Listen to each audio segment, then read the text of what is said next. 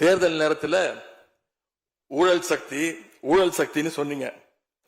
ஆனா இன்னைக்கு சோசியல் மீடியால மக்கள் உங்களை பார்த்து கேள்வி கேட்க ஆரம்பிச்சிட்டாங்க. என்ன கேட்கறாங்க தெரியுமா? அந்த ஊழல் சக்தியோடு சேர்ந்து இருக்கக்கூடிய ஆளுங்கட்சிய இப்ப என்ன சக்தின்னு கூப்பிட போறாங்க. கிளீன் கவர்மெண்ட் சொன்னாங்க.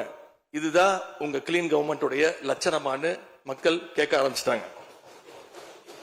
இப்படி நீங்க கூவத்தூரையும் மிஞ்சுற அளவுக்கு அடிக்கிற கூத்த பார்க்கும் போது இந்த அரசு எத்தனை நாளைக்கு நீடிக்க போகுதுன்னு மக்களுக்கு அந்த சந்தேகம் வர ஆரம்பிச்சிருச்சு.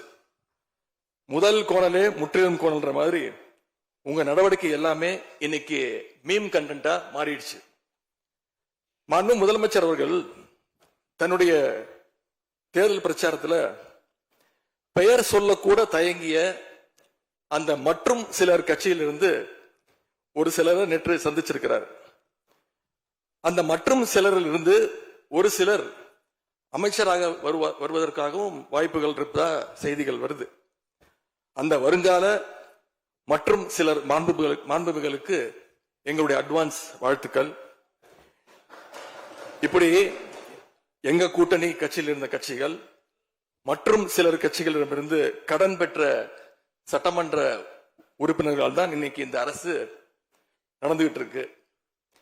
இப்படி எம்எல்ஏக்களை எல்லாம் கடன் பெற்று ஆட்சி நடத்துகின்ற முதலமைச்சர் தான் அளித்துள்ள போலி வாக்குறுதிகளை நிறைவேற்ற முடியாதுன்னு தெரிஞ்ச உடனே முந்தைய அரசு, அதாவது எங்களுடைய அரசு வளர்ச்சிக்காக பெற்ற கடன் குறித்து தவறான கருத்துக்களை தந்து மக்களை இன்னைக்கு திசை திருப்ப முயற்சி செஞ்சு கொண்டிருக்கிறார்.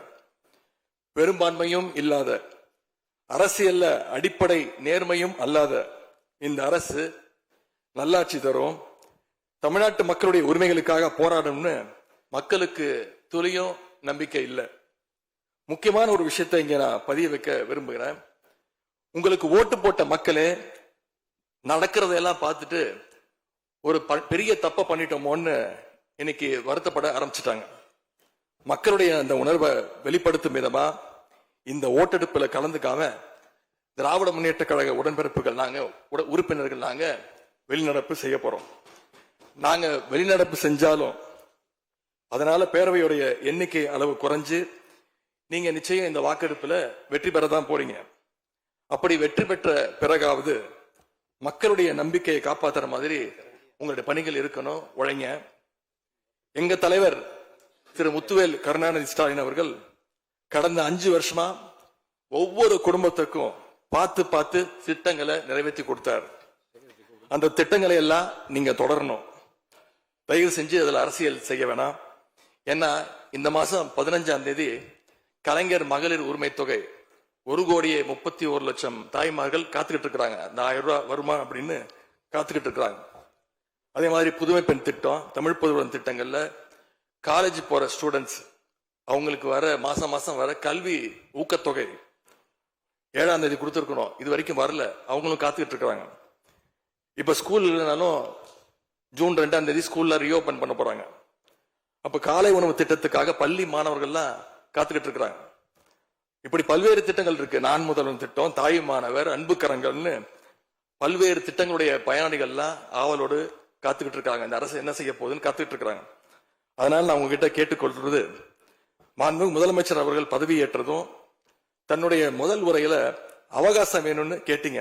நிச்சயம் அவகாசம் எடுத்துக்கோங்க. ஆனா காத்துக்கிட்டு இருக்க அத்தனை பேரையும் ரொம்ப காலம் காக்க வச்சிடாதீங்க. அது மட்டும் இல்ல, தேர்தலுக்கு முன்னாடி பல கவர்ச்சியான வாக்குறுதிகளையும் நீங்க கொடுத்திருக்கிறீங்க. மக்கள் அதுவும் ஞாபகம் வச்சிருக்கிறாங்க. மகளிருக்கு மாசம் 2,500 ரூபாய், ஆண்டுக்கு 6 சிலிண்டர், தங்க செயின், மோதிரம், பட்டுப்புடவை, வேலையில்லா இளைஞர்களுக்கு உதவித்தொகைன்னு அந்த லிஸ்டும் நீண்டுட்டே இருக்கு. பெரிய லிஸ்ட் தான். அதுல ஒரு சில வாக்குறுதிகளாவது முதல் கையெழுத்துல நீங்க நிறைவேற்றுவீங்கன்னு மக்கள் எதிர்பார்த்தாங்க. நீங்க வாக்குறுதிகளை சொல்லும் போது நடைமுறைக்கு சாத்தியமானதை மட்டும்தான் சொல்றேன்னு எல்லா கூட்டத்திலையும் திரும்ப திரும்ப சொல்லியிருக்கிறீங்க.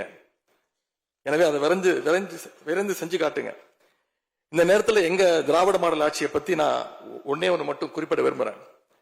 நாங்க ஆட்சிக்கு வரும்போது 2021 கடுமையான கோவிட் பெருந்தொற்று காலம், செகண்ட் வேவ். இப்போ அப்ப மாநிலத்துடைய பொருளாதார வளர்ச்சி எவ்வளவு தெரியுமா? வெறும் 0.7%. அந்த நிலையிலையும் எங்க தலைவர், எங்க முதலமைச்சர் அப்போ முதல் கையெழுத்திலேயே மகளிருக்கு விடியல் பயண திட்டத்தை கொடுத்தார்.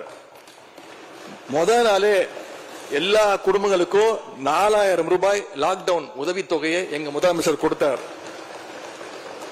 ஆவின் பால் விலை குறைப்பு, இப்படி முதல் நாளே 5 கோப்புகள்ல கையெழுத்து போட்டார். ஒரே மாசத்துல தேர்தல் அறிக்கையில சொன்ன மாதிரி பெட்ரோல் விலைய லிட்டருக்கு 3 ரூபாய் குறைப்பதற்கான உத்தரவையும் எங்க முதலமைச்சர் போட்டார். இப்படி கடுமையா உழைச்சதுனாலதான் இன்னைக்கு 5 ஆண்டு முடிவில் இந்தியாவிலேயே பொருளாதார வளர்ச்சியில நம்பர் 1 மாநிலமாக இன்னைக்கு தமிழ்நாட்டை எங்களுடைய தலைவர் மாத்தி காட்டியிருக்கிறார்.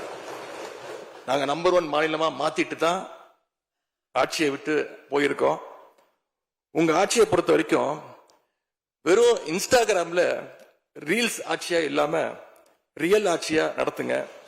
அது மட்டும்தான் மக்களுடைய கோரிக்கை. எங்களுடைய தலைவர், திராவிட முன்னேற்ற கழகத்துடைய தலைவர் முத்துவேல் கருணாநிதி ஸ்டாலின் அவருடைய கட்டளையின்படி நீங்க ஆட்சியை தொடர நாங்க தடையா இருக்க விரும்பல. அந்த வகையில பேரவையிலிருந்து நாங்க வெளிநடப்பு செய்யறோம். நன்றி, வணக்கம்.